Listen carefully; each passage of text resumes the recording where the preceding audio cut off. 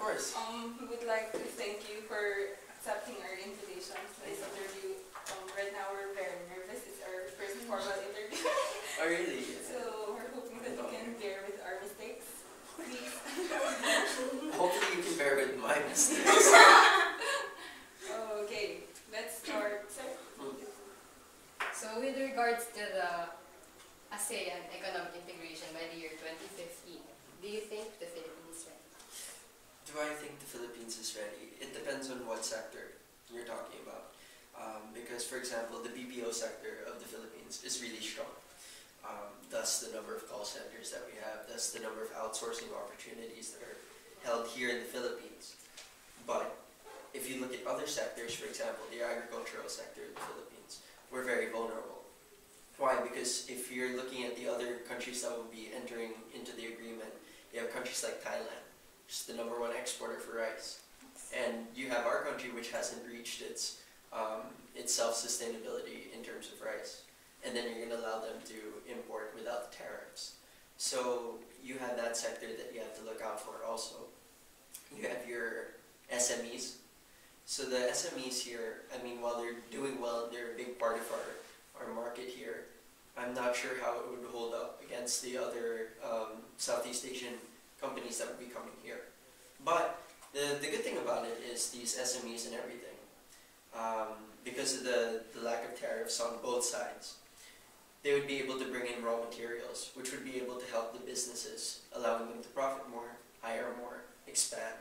Not to mention the fact that foreign investment would come in, because you're looking at Southeast Asia as a whole, which is a gigantic market. Yes. And basically, it's attractive to foreign investors, just like the European Union would be. And the point here is more on, are we ready for it? Well, I don't know if you'll ever be able to say you're fully ready for globalization on that scale. But then the point is, would we lose more by not entering into the agreement? Because the point here is to maximize on the benefits of our neighbors while minimizing the risks and the costs.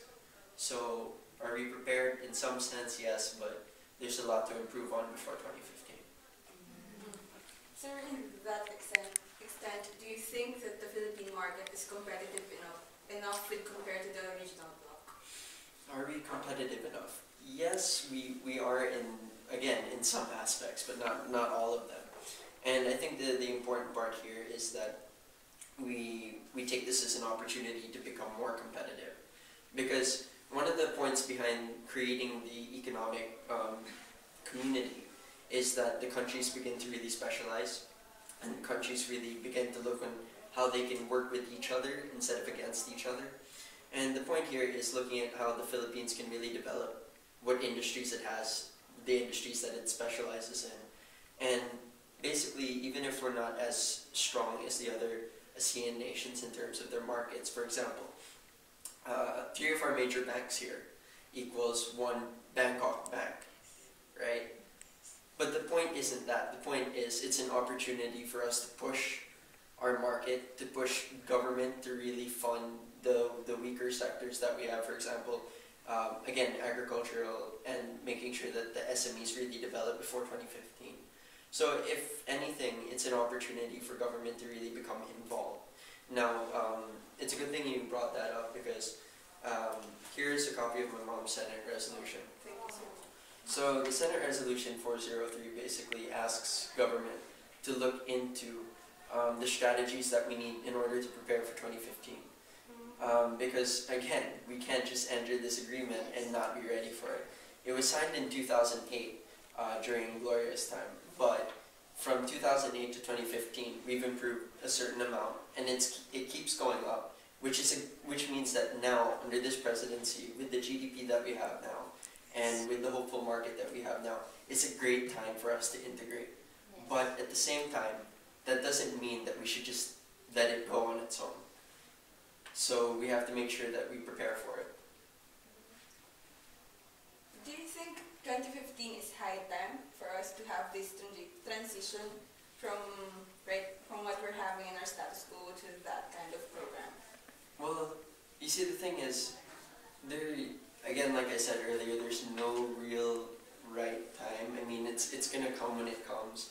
Globalization is something that has so many variables happening at the same time that, you know, even if one country isn't ready, if all the other countries are ready, we have to become ready. And again, like I said earlier, this is just an opportunity for us to really push all of the different sectors of society to come up to global standards. If anything, it's really just a really good opportunity for government to live up to its promises and really help the people. Another, sir, what reforms do you think is needed to facilitate this implementation, sir? Good question. There's a lot, actually. First and foremost would be infrastructure, because we're talking about a lot of trade that's coming in, right? Most of the investments that will be coming in are foreign companies that would like to set up business here. That means factories and a lot of workers. And if one of the biggest problems we have now is farm-to-market road, how are we going to be able to sustain the larger enterprises that will be coming in? Not to mention our ports. Our ports have to be ready for all the trade that will be coming in. Customs, we've been trying to reform customs for a long time. And that means that now we really have to work on it, because if we're going to be working with the other Southeast Asian community members with free trade, we have to be ready. That means also the roads connecting the ports to the cities. If now we're having a hard time getting vegetables from Benguet to the cities here, what more when we're going to have to bring in all this trade from other Southeast Asian nations? So really, it's first we'd have to build on our infrastructure. You can't just have like Metro Manila, Cebu, Davao, and just hope that that will be able to sustain the development for the rest of the country. We really have to develop the other provinces as well. So that's one. Two, in terms of investors' eyes, there are two things that you want to look at. You look at the economy of a country and you look at the political affairs of the country, right? And if both are stable, then it's a good investment. Right now, our country is going through a lot because we're reforming definitely in terms of our politics, and our economy is booming, but we have to find a way to make sure we sustain it, right? So those two things, so far, we're kind of in the good. I mean, we haven't had this much good feedback in terms of government and economy in a while. So it's a good opportunity for us to start, but we have to maintain it even past 2015, even past 2016, because when we get into it in 2015, sure, the initial investors come, but then after a while, they're going to start to think, well, okay, where else can we invest? Which means that we also have to make sure there's some sort of sustainability, which is why it's very important that the FOI is really put into place, because after 2015, that's election season, basically. Everyone's going to be running, no one's really going to be focusing on the political atmosphere, the economics of it all. But 2016, when everyone's there now, how sure are we that they'll be continuing the good legislation, the good policies of the previous government, or the good economy that was there before? And that's why if the FOI is in place, the people can double check that and make sure that it's ready so that foreign investors can continue coming in. So you can see how it's important that we have legislation that continues from one administration to the next to guarantee the future of the country. So that's the second one. And then I guess the third thing that we can really do to prepare is, you know, there's no such thing as a first world country that's been able to become a first world country without fully developing its agricultural backbone, which means that we really have to get our game on. If we've been at 11 million hectares of irrigated rice land for the past 30, 40 years, it's about time that we start fixing that and we start, you know, multiplying that, because if we don't, we're going to get left behind in the agricultural game, and we can't sustain ourselves if we don't catch up. So, especially if we're going to be entering into the Asean economic community. So definitely we'd have to improve on that. That and our fisher folk have to definitely be protected. But one of the things with, you know, becoming this ASEAN community, this economic bloc, is it also makes sure that the rights of our workers and everything is better protected. And also the fluidity of people who want to work in other ASEAN nations. So while now you have a lot of paperwork and everything to go through, hopefully with the establishment of the economic community, it allows for more job opportunities for Filipinos here who would like to specialize in jobs that are available there.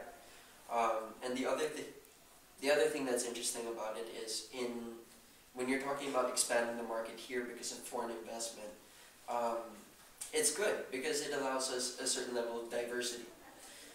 Companies that didn't exist here before will exist here now because of this economic community and allow more jobs for graduating students. So for people like you in 2015, you'll be looking at more opportunities by 2016, right? So. Well, sir, you're talking about the benefits of to our country when it comes to the economic integration. So, yes. But will you please further elaborate or give us some benefits for the marginalized sectors when this economic integration will further? That's a good question.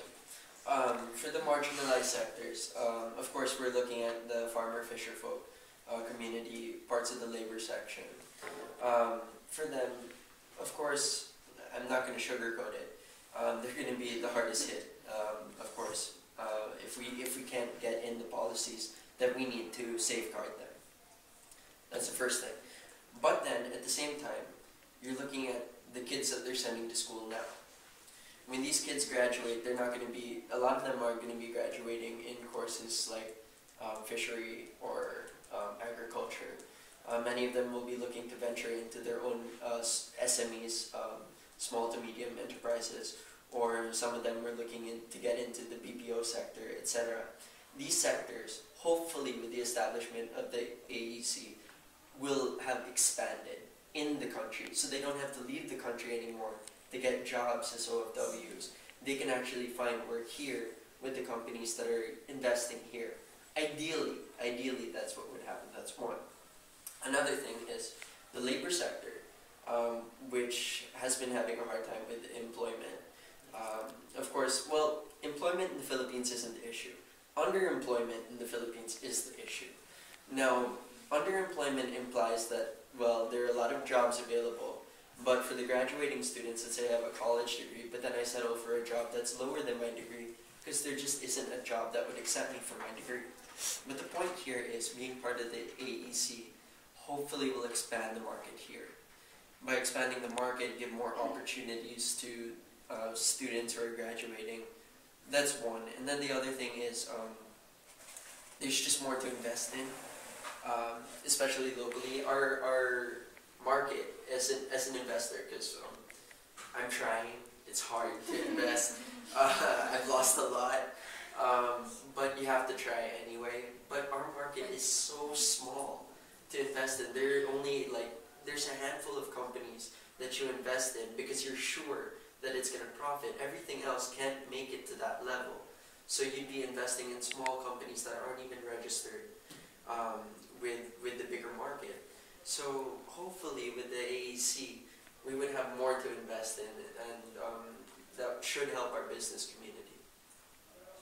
Yeah. So do you think that our local capitalists will be able to cope with the threats that this foreign market will give in the ASEAN economic integration? Here's the thing. I know it seems like a really scary thing to just jump into becoming part of an economic community, especially when you're going to lower tariffs on everything. And, we've been kind of set in this is the Philippines and we're on our own mentality. But the thing is, what's scarier? Becoming part of something bigger and challenging ourselves to do better, or being left out of something that might become the next European Union, right? Look at all the countries.